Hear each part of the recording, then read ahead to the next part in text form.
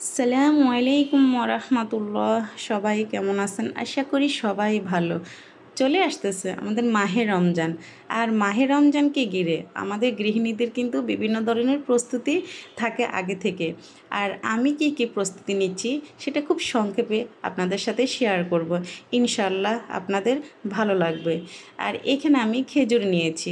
আসলে আমরা যখন রোজা রাখি, রোজার মধ্যে সবচেয়ে প্রধান আমাদের খাদ্য হলে ইফতারের সময় খেজুর, যেটা আমাদের রাসূল সাল্লাল্লাহু আলাইহি সাল্লামের প্রধান খাদ্য ছিল। সো এটাকে আমি এখন ক্লিন করে সুন্দর করে টিস্যুর উপরে দিয়ে দেবো, যাতে এখান থেকে পানিগুলো খুব সুন্দরভাবে শুকিয়ে যায়। আসলে আগে থেকে এই খেজুরগুলো যদি আমরা ধুয়ে সুন্দর করে পরিষ্কার করে রাখি, ইফতারের আগে কিন্তু আমাদের এই ঝামেলাটা করতে হয় না। তাই যেটা আমি আগে করে থাকি সেটা আপনাদের সাথে ছোট্ট করে শেয়ার করতেছি। ইনশাল্লাহ আপনাদের ভালো লাগবে। তো এইভাবে আমি সমস্ত খেজুরগুলোকে খুব ভালো করে ধুয়ে, অলরেডি কিন্তু আমার পাঙ্খার বাতাস চলতেছে, সেই সাথে আমি আবার টিস্যু দিয়ে কিন্তু খুব সুন্দরভাবে পানিগুলো নিয়ে নিচ্ছি। তো এইদিকে আমি মরিচ নিয়েছি। আসলে ইফতারি আইটেম তৈরি করার আরেক ধরনের জিনিস হলো, সেটা হলো মরিচ। আর বিশেষ করে আলুর চপ বা বিভিন্ন ধরনের চপ তৈরিতে কিন্তু আমরা এই মরিচটা ব্যবহার করে থাকি। আর ওই মরিচটাকে আমি সুন্দর করে তেলে নেব, ইনশাল্লাহ পরে আপনারা দেখতে পারবেন। তো এইদিকে আমি কিছু সবজি নিচ্ছি। আর এটা হলো পেঁয়াজের ফুল, বেগুন। বেগুনটা হলো আমাদের সবচেয়ে মুখরোচক একটা খাবার, যেটা হচ্ছে আমরা বেগুনই করে থাকি। আর বেগুনটা যদি আগে থেকে সুন্দরভাবে কাটা থাকে আসলে, তাহলে কিন্তু আমাদের পরবর্তীতে একদম কষ্ট হয় না। আর এদিকে আমি ধনিয়া পাতাও প্রয়োজন করব প্রায় বছরের জন্য, প্লাস সেই সাথে রমজানের জন্য। আর আমি কিভাবে ধনিয়া পাতাগুলো প্রয়োজন করব সেটাই কিন্তু আপনাদের সাথে শেয়ার করব। আসলে ধনিয়া পাতা অনেক সময় কিন্তু প্রয়োজন করতে গেলে সেটা নষ্ট হয়ে যায় বা কালো হয়ে যায়। আমি যেভাবে ধনিয়া পাতাটা প্রয়োজন করি, এটা কালো হয় না এবং নষ্ট হয় না। এখানে যে নোংরাগুলো থাকে, দেখা যায় পচাগুলো থাকে, এগুলো ভালো করে আমি ফেলে দিয়েছি। সেই সাথে ভালো করে ধুয়ে এখন আমি পাঙ্খার বাতাসে এবং টিস্যু দিয়ে কিন্তু আমি সমস্ত পানি নিয়ে নেব। খেয়াল রাখতে হবে ধনিয়া পাতাটা কিন্তু একেবারে ঝরঝরা হতে হবে। এবং অফ ক্যামেরায় কিন্তু আমি এটাকে আরও বেশি ভালো করে কিন্তু পানি নিয়ে নিয়েছি, যাতে এখানে কোনো পরিমাণ পানি না থাকে। পানি থাকলে এটা ভালো থাকবে না। সো এদিকে আমি বেগুনগুলোকে কেটে নিয়েছি। এখন আমি এগুলোকে খুব ভালো করে কিন্তু ধুয়ে কেটে নেব। আর কীরকম সাইজের বেগুনটা কেটেছি সেটা কিন্তু আমি আপনাদের সাথে শেয়ার করলাম। এখানে কিন্তু আমি একটু মোটা সাইজ করে বেগুনটা কেটেছি। আসলে বেগুনি তৈরি করার সময় ভিতরে যদি বেগুন না থাকে, তো সেই বেগুনি খেয়ে কি কোনো মজা থাকবে? সেই জন্য আমি সবসময় একটু মোটা করে আমি কেটে থাকি। তো এখন আমি এগুলোকে খুব ভালো করে ধুয়ে নেব। আর যে বেগুনের মধ্যে কিন্তু একটু কালো পানি থাকে, সেই জন্য বারবার কিন্তু বেগুনগুলোকে ধুয়ে কিন্তু ক্লিন করতে হয়, তাহলে কিন্তু কালো ভাবটা থাকে না। আর বেগুনটা কাটার সাথে সাথে যদি আমরা পানিটা দিয়ে কিন্তু ধুয়ে ফেলি, তাহলে কিন্তু কালো ভাবটা থাকে না। এটা কিন্তু একদম সুন্দর থাকে। এবং ফ্রোজিং যখন করব তখনই কিন্তু এটা এরকমই থাকবে, একদম কালারটা পরিবর্তন হবে না। সো আমি এখন এখানে বেগুনগুলোকে সুন্দর করে একটা প্লেটে দিয়ে দেবো। দিয়ে এখান থেকে কিন্তু আমি খুব ভালো করে কিন্তু পানিগুলো নিয়ে নেব। কেননা পানি থাকলে বেগুনটাও ভালো থাকবে না, বেগুনের কালারও নষ্ট হয়ে যাবে, আবার প্রোচিংয়ের সময় এখানে অনেকটা বরফ লেগে যাবে। সেক্ষেত্রে খেয়াল করতে হবে এমনভাবে টিস্যু দিয়ে একটা একটা বেগুনকে যদি আমরা টিস্যু দিয়ে ভালো করে চিপে চিপে পানিগুলো নিয়ে নিই, সেই ক্ষেত্রে কিন্তু আমাদের বেগুনটা কিন্তু পারফেক্টলি থাকবে।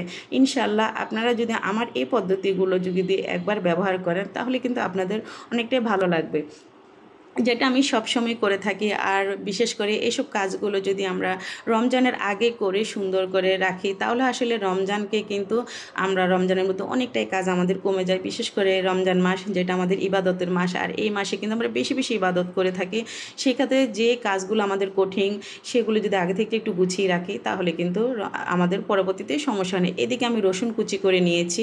আসলে আমি আরও বেশি নিয়েছি, সো আমি এখানে অল্প করে দেখাচ্ছি। এদিকে আমি আদা কুচি করে নিয়েছি। আর এগুলোকে কিন্তু আমি এইভাবে কিন্তু ফ্রোজিং করে রাখবো। অনেক সময় আসলে গরুর মাংসের মধ্যে কিন্তু আমরা এইভাবে ব্লান্ডার করা আদা না দিয়ে যদি এভাবে দিই, তাহলে কিন্তু ভালো লাগবে।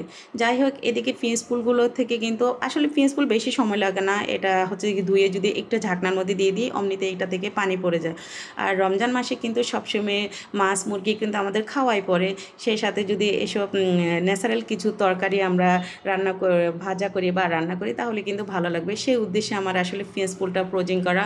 আর পেঁয়াজ ফুল আসলে রাইসের সাথে পেঁয়াজ ফুল না দিলে তো আমার কাছে কেমন জানি ভালো লাগে না, সেই জন্য আমি সবসময় বছর জুড়ে এভাবে পেঁয়াজ ফুলগুলোকে কেটে রেখে দিই। তো আপনারা আরও ছোটো করে রাখতে পারেন, কোনো সমস্যা না। আসলে আমি একটু বড় সাইজে রাখতেছি, অনেক সময় মাছ দিয়ে খাওয়া যায়, অনেক সময় আবার ডিম দিয়েও ফ্রাই করে খাওয়া যায়, সেক্ষেত্রে আমি একটু বড় সাইজের রাখতেছি। তো এটা আসলে সবার মতো রাখতে পারেন, কোনো সমস্যা না। তো আমি এই সাইজ করে কিন্তু কেটে তারপর আমি সুন্দর করে ফ্রোজিং করে রাখবো। আসলে প্রত্যেকটা সবজির মধ্যে যদি পানি থাকে তাহলে কিন্তু সবজি ফ্রোজিং করলে সেটা ভালো থাকে না। সেই জন্য আমরা গৃহিণীরা যদি একটু বুদ্ধি খাটিয়ে করি তাহলে কিন্তু সবজিগুলো কিন্তু আসলে পারফেক্টলি থাকে। এই সবজিগুলো আসলে শীতের সময় কিন্তু পাওয়া যায়, বাট বর্ষা মৌসুমে বা অন্য কোনো মৌসুমে কিন্তু এই সবজিগুলো পাওয়া যায় না। সেই জন্য আমাদের এই সিজনে কিন্তু সবজিগুলোকে খুব সাবধানে এবং সুন্দর করে কিন্তু ফ্রোজিং করতে হয়। তো আমি কীভাবে কেটে নিয়েছি সেটাও আমি ছোট্ট করে আপনাদের দেখালাম। এদিকে আমি ধনিয়া পাতাগুলো একটু কাছে থেকে দেখালাম যে এইখানে বিন্দু মাত্র কোনো পানি নেই। আমি আবারও বলি, পানি থাকলে কিন্তু ধনিয়া পাতা পারফেক্টলি থাকবে না। তো আমি খুব দ্রুত এভাবে কিন্তু আমি ধনিয়া পাতাগুলোকে কেটে খুব সুন্দর করে নিয়ে নিচ্ছি। আর দেখলেন একদম পানি নেই। এই পর্যায়ে আমি এখানে কিন্তু কাঁচামরিচও নিয়ে নিয়েছি। আপনারা দেখলেন অনেকগুলো কাঁচামরিচ আমি অফ ক্যামেরা কেটে নিয়েছি। কেননা আসলে এই কাঁচামরিচ, ধনিয়া পাতা, বিভিন্ন ধরনের আইটেমগুলো আসলে আমরা আগে থেকে যদি একটু কেটে রাখি তাহলে কিন্তু আমাদের কাজগুলো অনেকটাই সহজ হয়ে যায়। তো দেখুন অল্প সময়ের মধ্যে কিন্তু আমি অনেক কিছুই কিন্তু করে নিয়েছি। সো এখন আমি এগুলোকে ফ্রোজিংয়ের জন্য প্রস্তুতি নিচ্ছি। তো এই তো একটা বক্স নিলাম, বক্সটা কিন্তু একেবারে শুকনা। তো এই দেখুন বেগুনের মধ্যে কিন্তু কোনো পানি নেই। তো এইভাবে কিন্তু আমি বেগুনগুলোকে রেখে দিচ্ছি। আসলে কাঁচামরিচ ফ্রোজেন, টমেটো ফ্রোজেন এবং হচ্ছে যে সিমের বিচি, এগুলো আমার আগের ভিডিওতে আপনারা দেখতে পারবেন যে আমি কিভাবে এইসব জিনিস আমি ফ্রোজিং করেছি। সেক্ষেত্রে আমি এটা আর তেমন দেখালাম না, আমি সংক্ষেপে দেখালাম। আর কাঁচামরিচ জিনিসটা আসলে কুচি কুচি করে রাখলে কি আলুর ভর্তা বা বিভিন্ন আইটেম, বিশেষ করে পেঁয়াজুতে তো আমাদের আলুর ভর্তা তো পেঁয়াজুতে কিন্তু অবশ্যই আমাদের কুচি কাঁচামরিচ লাগে। সেই জন্য আমি এভাবে কাঁচামরিচগুলোকে ফ্রোজিং করে রাখবো। আর এদিকে আমি ধনিয়া পাতাটা কিন্তু একটা কাচের বাটিতে নিয়েছি। আসলে ধনিয়া পাতাটা আপনারা খেয়াল রাখবেন, কাচের বাটিতে রাখলে এটা কিন্তু পারফেক্টলি থাকে, একদম পচে না। সেজন্য আমি কাচের বাটিতে রাখছি। আর অন্য কোনো সবজি সেগুলো কিন্তু আমরা প্লাস্টিকের বাটিতে রাখতে পারি, বাট খেয়াল রাখবেন ধনিয়া পাতাটা কিন্তু আমাদের কাচের বাটিতে অবশ্যই রাখতে হবে, তাহলে কিন্তু এটা পারফেক্ট থাকবে। তো এইদিকে আমি কাঁচামরিচগুলোকে নিয়ে নিলাম। সো কাঁচামরিচগুলো রেখে দিচ্ছি। আসলে এই কাঁচামরিচটা কিন্তু ইফতারের সময় পেঁয়াজু বানানোর সময় কিন্তু আমাদের অনেক উপকারে আসবে। সেজন্য আগে থেকে আমি ফ্রোজিং করে রাখতেছি। আসলে কি বুদ্ধি খাটিয়ে যদি আমরা একটু কাজগুলো সহজ করে রাখি এক কথায়, তাহলে কিন্তু আমরা অনেকটাই কিন্তু এগিয়ে যাই। আর রমজানের সময় কিন্তু অনেক সময় বেঁচে যায়। ইফতারের সময় ইফতারের আইটেম তৈরি করতে কিন্তু আমাদের বেশি সময় লাগে না, খুব অল্প সময়ে কিন্তু আমরা ইফতারের আইটেমগুলো তৈরি করতে পারি আগে থেকে সব কিছু গুছগাছ করে রাখলে।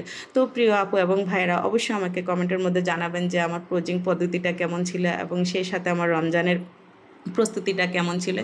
তো এইদিকেই তো আমি রসুনগুলোকে কিন্তু এভাবে বক্স আকারে রেখে দেবো। আসলে পরবর্তীতে যখন আমার ব্লান্ডার করার দরকার থাকে তখন দিলাম, বা অনেক সময় এরকম কুচি রসুন থাকলে কি আমরা ডালের মধ্যে বা টমেটো টকের মধ্যে কিন্তু আমরা দিতে পারি। ইফতারের আসলে রোজার মাসে কিন্তু টক জিনিসটা কিন্তু একটু বেশি খাওয়া হয়, আমাদের ভালো লাগে। সেক্ষেত্রে এই জিনিসগুলো কিন্তু অনেকটা কিন্তু উপকারে লাগে। অনেক সময় আসলে আমরা এটা করতে পারি না সময়ের কারণে, বাট আগে থেকে একটু গুছিয়ে রাখলে কিন্তু পরে এগুলো ডাল বা টকের মধ্যে দিতে কোনো সমস্যা হয় না। তো এই তো এদিকে আদাগুলো কিন্তু আমি একটা বক্সে দিলাম। আর এইদিকে খেজুর, মাশাল্লাহ খেজুরগুলো কিন্তু খুব সুন্দর করে কিন্তু শুকিয়ে গেছে। এখন আমি এগুলোকে একটা বক্সের মধ্যে ঢুকিয়ে রাখবো। এই তো মাশাল্লাহ আমি অনেকগুলো খেজুর কিন্তু ধুয়ে সুন্দর করে ক্লিন করে রেখেছি আগে থাকতে। সো এখনও রমজান আসতে কিন্তু বেশ কয়েকটা দিন বাকি আছে, বাট আগে থেকে কিন্তু আমি অনেকগুলো কাজকে কিন্তু গুছিয়ে নিলাম। তো আমার নিজের কাছেও ভালো লাগতেছে যে এত তাড়াতাড়ি আমি সব কিছু মোটামুটি গুছিয়ে নিচ্ছি। তো এতে এভাবে কিন্তু আমি সব লাগিয়ে সুন্দর করে একটা সাইডে রেখে দেবো। আর এটা ফ্রিজে রাখা লাগবে না, এটা এমনিতেই থাকবে, যেহেতু খেজুরটা আমি খুব ভালোভাবে ক্লিন করে রেখেছিলাম। তো এইদিকে এই মরিচগুলোকে কিন্তু আমি এখন গুঁড়ি বা হাত দিয়ে কুচি কুচি করবো না, এটা খুবই মুচমুচে হয়েছে। আর এইভাবে আমি একটা প্লাস্টিক বক্সে কিন্তু এমনিতেই রেখে দেবো। আর এটা ভাজার সময় খেয়াল রাখবেন একটু তেল দিয়ে ভাজবেন, প্লাস একেবারে যেন পুড়ে না যায়, পুড়ে গেলে আসলে ভালো লাগে না। আর আমি যে কালারটা করেছি মাশাল্লাহ খুব সুন্দর এবং সাবধানে কিন্তু আমি এই কালারটা করে এনেছি। সো আপনারাও কিন্তু এভাবে মরিচগুলোকে আগে থেকে তেলে সুন্দর করে কিন্তু একটা বক্সে রেখে দিতে পারেন। প্লাস আমি এভাবে রাখতেছি, আপনারা কিন্তু হাত দিয়ে গুঁড়ি করেও কিন্তু রাখতে পারেন আপনাদের সুবিধার জন্য, কোনো সমস্যা না। এই তো আরেকটা কিন্তু ইম্পর্টেন্ট কাজ কিন্তু আমি করে ফেললাম আগে থেকে, যেটা আমার ইফতার বানানোর সময় আর করা লাগবে না। তো এইভাবে কিন্তু আমার মোটামুটি ফ্রোজিং আইটেমগুলো শেষ। তো এখন আমি প্রত্যেকটা জিনিসের মধ্যে আমি ঢাকনা লাগিয়ে এগুলোকে আমি ফ্রিজে ঢুকিয়ে রাখবো। তো এই তো এভাবে একটা একটা করে কিন্তু আমি সবই কিন্তু গুছিয়ে ফেলতেছি। আর এভাবে বক্স প্রত্যেকটা জিনিস আপনারা খেয়াল করবেন, ফ্রোজিং জিনিস যদি আমরা শুকনোভাবে রাখি তাহলে কিন্তু এটা ভালো থাকে, আর হচ্ছে যে কি সহজে এটা নষ্ট হয় না। সো আজকের মতো আমি এখানেই বিদায় নিচ্ছি। সবাই ভালো থাকবেন, সুস্থ থাকবেন এবং পরবর্তীতে নতুন কোনো ভিডিও নিয়ে আবার আপনাদের সামনে হাজির হব।